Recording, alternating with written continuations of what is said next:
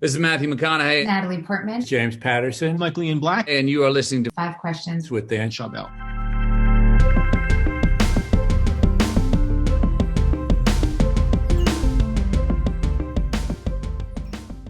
Rainn, welcome to Five Questions. Nice to be on Five Questions. I've got five answers for you. How's that? That's great. And last time we talked was 2015, and time really has flown. How did your parents shape who you are, the career you chose, and the topics that you've explored? Well, in my new book, Soul Boom, sorry for the shameless plug, I talk a lot about growing up a member of the Baha'i faith. And the good thing about that was that my parents were very open to big, rich, deep, spiritual, diverse ideas. Baha'is read Buddhism. Baha'is read Hinduism and the Bhagavad Gita.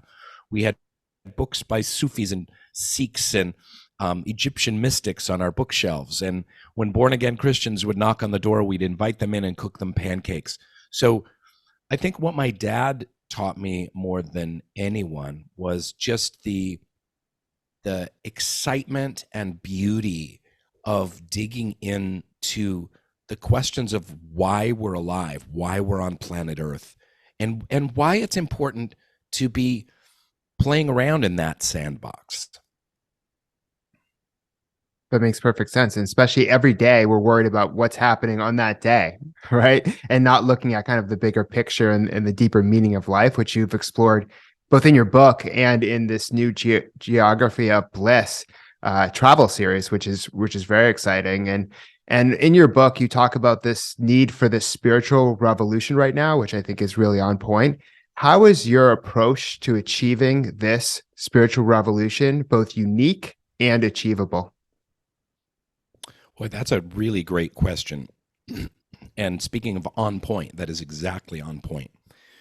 I guess one of my main points that I raise in the book is that spiritual questions are not some kind of vague, airy-fairy kind of yoga class and crystals kind of thing. That spiritual questions have real life impact. For instance, I do a section in the book on suffering. Understanding why we suffer, how suffering works, how to get out of suffering, what the source of the suffering is, and why it's important and necessary in the human being's journey through 80 or 90 years in our bodies is really important. I mean, the Buddha spent most of his time addressing suffering. Well, that may sound like something you'd talk about in philosophy class, but it's not. With young people who are suffering so deeply from this mental health epidemic that's going on right now, one of the biggest markers of difficulties with mental health is a lack of resilience. Well, where does resilience come from? It comes from an understanding of suffering, that every day we're going to have suffering. We're going to have triggers. We're going to have overwhelm. We're going to have disappointments. We're going to have trauma. And so what do we do with that knowledge? How do we overcome these things? How do we address them?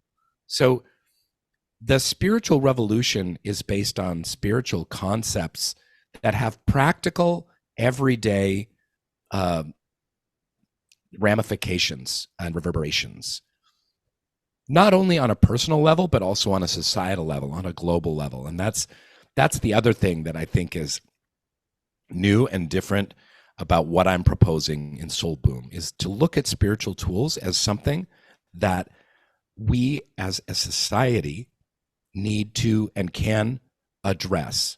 There is a spiritual path that humanity itself is walking as it moves toward its inevitable maturity. And so some of those issues and topics, especially having to do with justice, having to do with broken social systems, they're essentially spiritual issues when you dig down deeper. So you're saying that our politicians and just global leaders should read the book. It might guide us to a more spiritual path, which is better for humanity. Well, what I'm saying is actually the opposite of that, because I don't believe that our politicians and our leaders are going to lead us anywhere.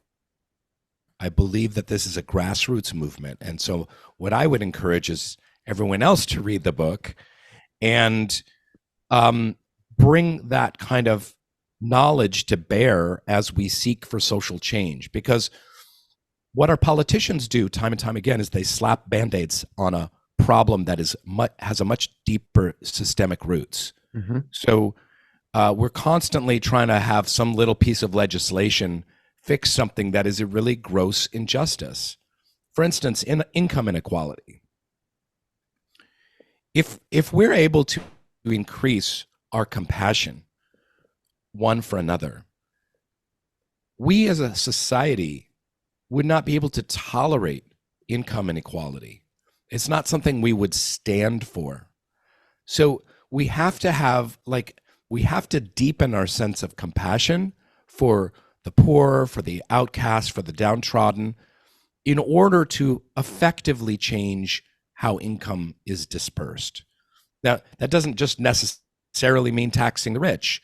It means all kinds of things. It means everyone chipping into a system in which monies are equitably distributed in a fair way that doesn't negate someone's hard work. Because as soon as you start saying about, income being distributed, people are like, oh, communism. No, that's not what we're talking about. We're talking about capitalism. But remember how George Bush was always talking about compassionate capitalism? We talked about it in the 90s. We never got there.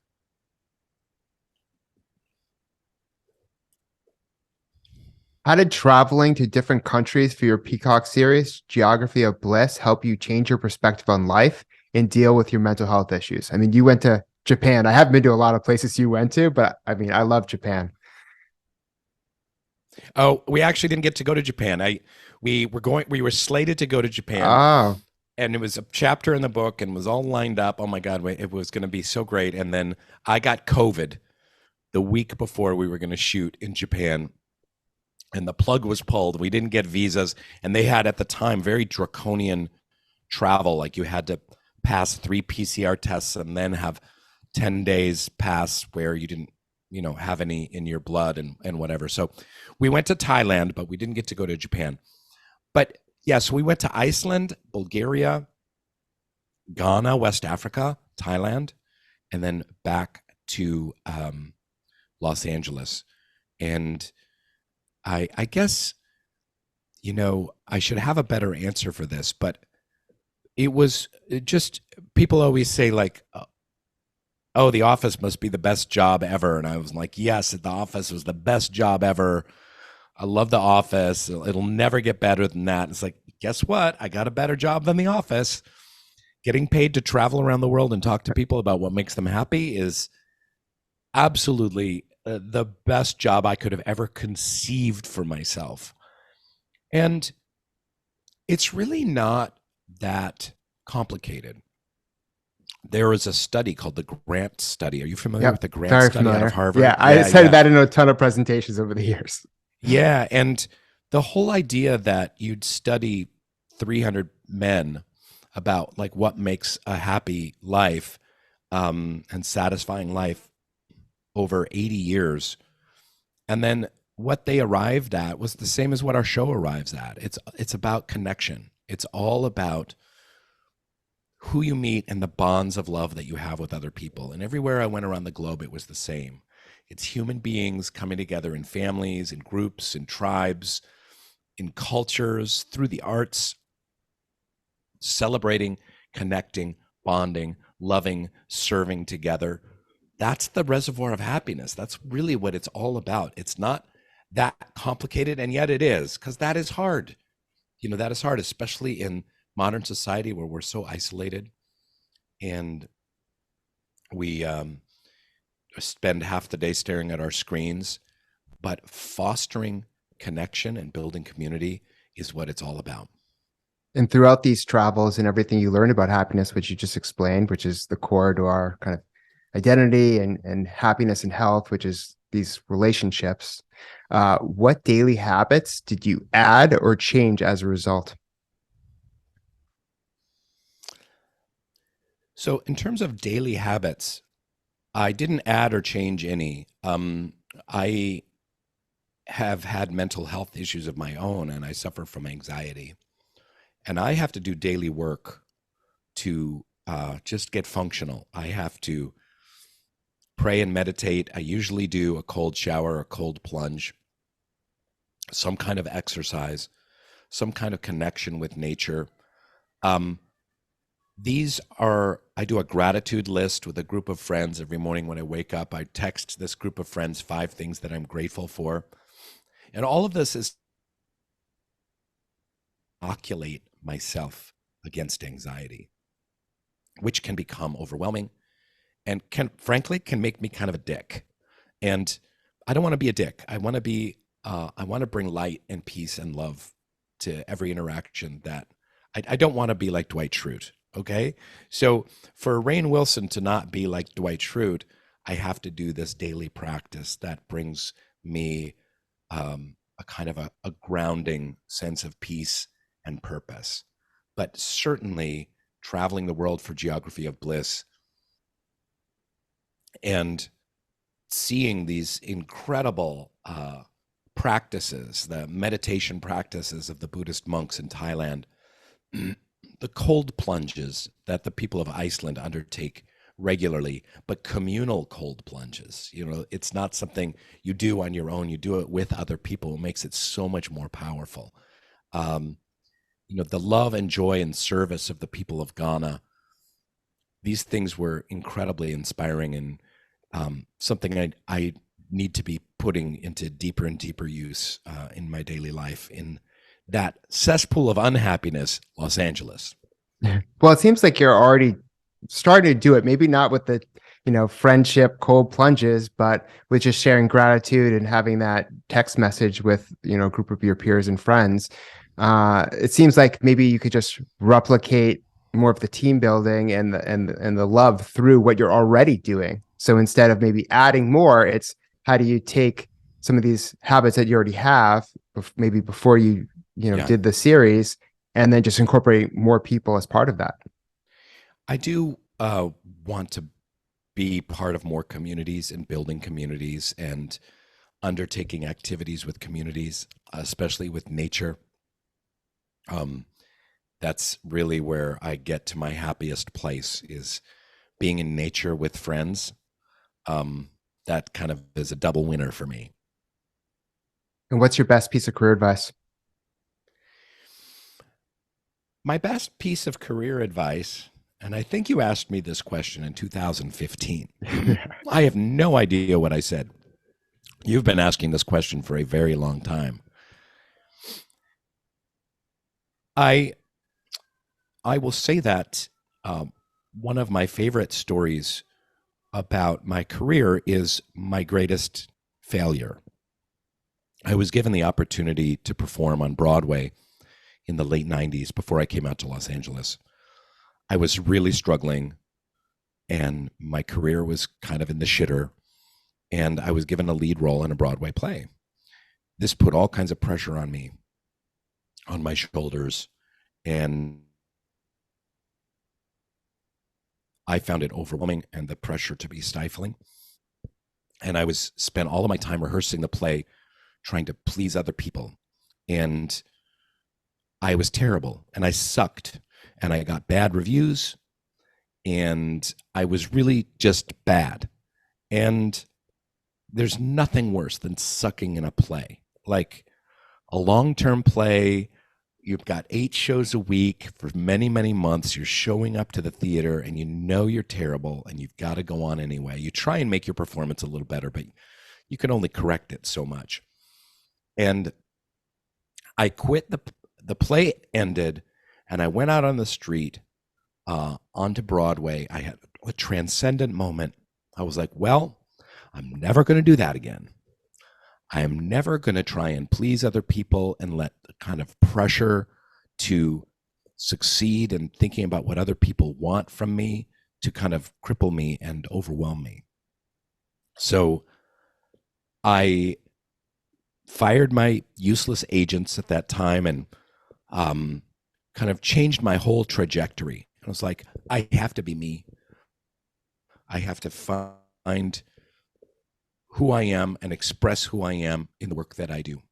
And that's that allowed me to find what I would call my authentic voice. I was like, listen, Rainn, you're kind of a weirdo. You get your clothes at thrift stores. You wear glasses. You're kind of odd looking. You've got a kind of obtuse sense of humor.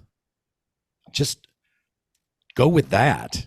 Don't try and be some kind of Broadway actor that's going to get some kind of Tony nomination. That's not going to happen. So I would say that failure allowed me to find my authentic voice, which eventually allowed me to play Dwight on The Office. Had I not bombed on Broadway, had I not suffered, I wouldn't have been able to find the truth of Dwight Schrute comedically and my own version of Dwight. So I would say career advice, especially for the artist, but I imagine that it applies to everyone, is spend some time doing whatever it takes to find your authentic voice of who you are, because the world needs your authentic voice.